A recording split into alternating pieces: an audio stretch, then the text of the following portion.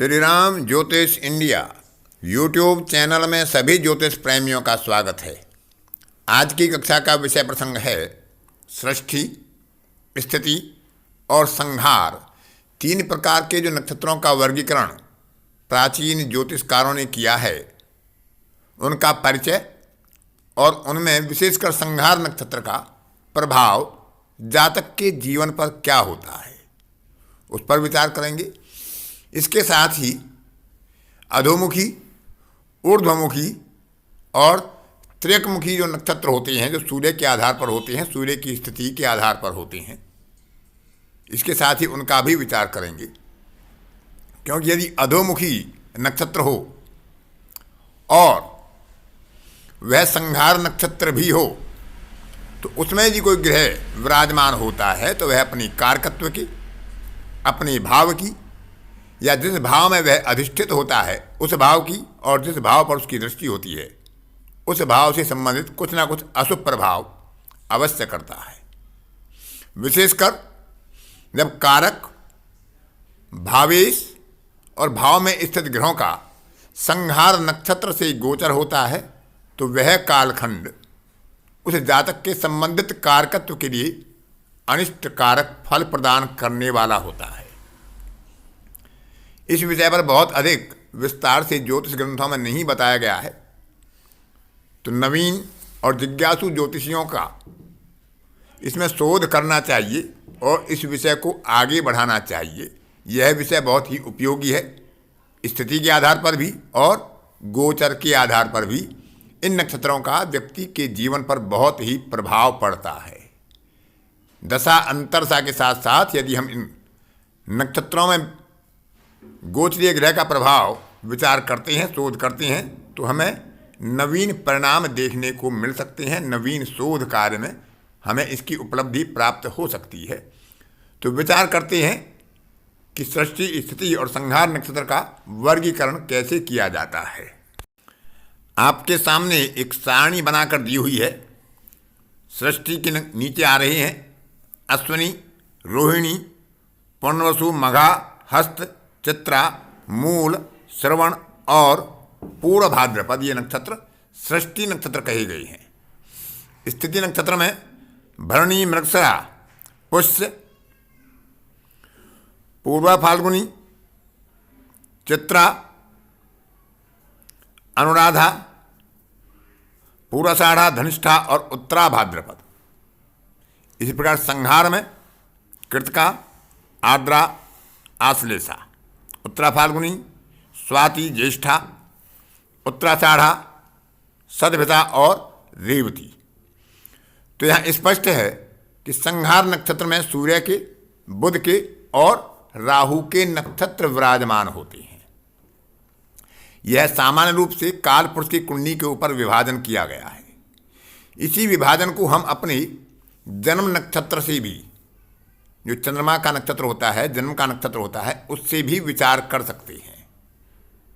यदि दोनों में स्थिति समान होती है तो वह ज़्यादा प्रभावी होती है। इसके अलावा सूर्य के अधोमुख, ऊर्ध्वमुखी और त्र्यक नक्षत्र का भी विचार इसमें शामिल कर लेंगे तो परिणाम हमें अच्छे प्राप्त होते हैं। संहार नक्षत्र में यदि किसी का कोई ग्रह होता है तो उससे संबंधित कारकत्व को वह प्रभावित करता है।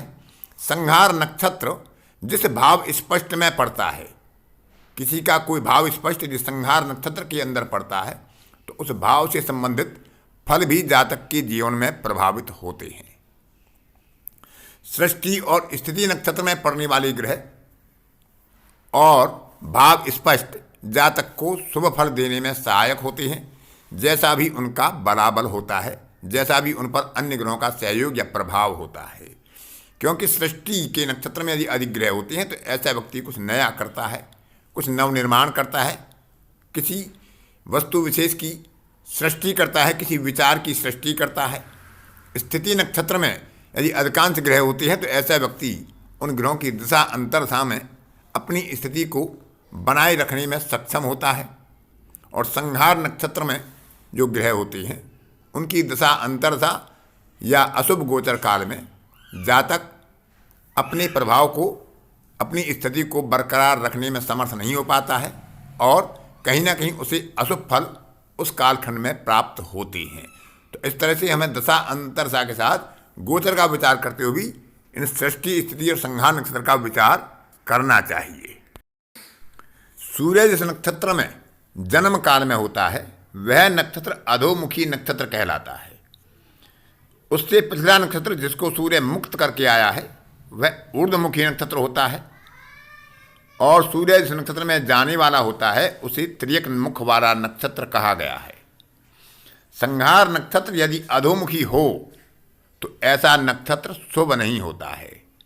यानी सूर्य यदि ऐसे नक्षत्र में गोचर कर रहा हो जो संहार नक्षत्र हो और वह अधोमुखी भी हो जाता है क्योंकि सूर्य उसमें गोचर कर रहा होता है जन्म काल में, तो वह कालखंड जातक के लिए शुभ नहीं होता।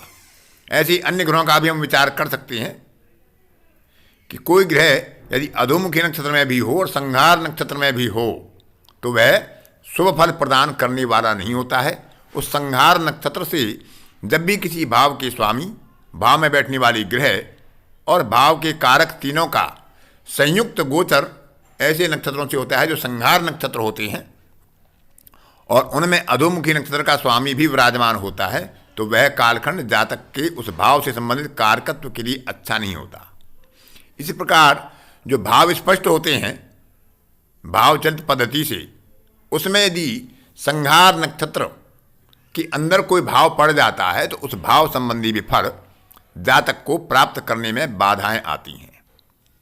लेकिन यदि सृष्टि नक्षत्र और स्थिति नक्षत्र ऊर्ध्वमुखी होते हैं, ऊर्ध्वमुखी नक्षत्र सृष्टि नक्षत्र हो या स्थिति नक्षत्र हो, तो उसके दशा अंतरदशा में जो उसका राशि स्वामी है जातक को अच्छे फल मिलते हैं। और ऐसे नक्षत्र जिन भाव में विराजमान होते हैं, जिन भाव स्पष्ट पर विराजमान होते हैं, उनका फल भी जातक को अच्छा मिलने की संभावनाएं बढ़ जाती हैं। क्योंकि जब किसी भाव में, जैसे सूर्य किसी का अधोमुखी नक्षत्र भी है और संहार नक्षत्र भी है, तो सूर्य का उस भाव का, क्योंकि सूर्य पिता है तो सूर्य का गोचर और सूर्य का जो नवम भाव होता है पिता का भाव, उसका स्वामी का गोचर, उसमें बैठने वाली ग्रह का गोचर यदि संहार नक्षत्र से होता है तो वह पिता के लिए एक अरिष्ट कारक समय माना जाएगा, विशेषकर उस समय में जबकि ऐसी ग्रहों की दिशाएं चल रही हों जो उस भाव से संबंधित अशुभ फल देने में सक्षम हो। इसी प्रकार से जो ग्रह संहार नक्षत्र में बैठा हो तो वह जिस भाव में बैठा है, यदि केंद्र में बैठा है, पणफर में बैठा है, आपो किलिम में बैठा है, तो उस भाव से उन्हीं भावों का हम विचार करेंगे। जैसे किसी का सूर्य संहार नक्षत्र में विराजमान है और सूर्य द्वितीय भाव में, पंचम भाव में यानी पणफर भाव में है, तो सूर्य से पणफर भाव में बैठने वाली ग्रहों की दशा अंतरदशाएं पिता के लिए अरिष्ट कारक होंगी। जैसे सूर्य मानो किसी का पंचम में बैठा है तो क्योंकि वह पणभर भाव है, तो सूर्य से दूसरा, पांचवा, आठवां और 11वां भाव, उनमें बैठने वाली ग्रह या उनकी राशि में बैठने वाली राहु केतु, जब भी उनकी परस्पर दशा अंतरदशा और प्रत्यंतर दशाएं टकराएंगी और ऐसा ही संहार नक्षत्र से भाव, भावेश और कारक का गोचर होगा तो वह भाव संबंधी हानि करेगा। आज की कक्षा में इतना ही। अगली कक्षा में फिर किसी नए विषय के साथ आपसे मुलाकात होगी। तब तक के लिए अपनी वाणी को विराम देता हूँ। धन्यवाद।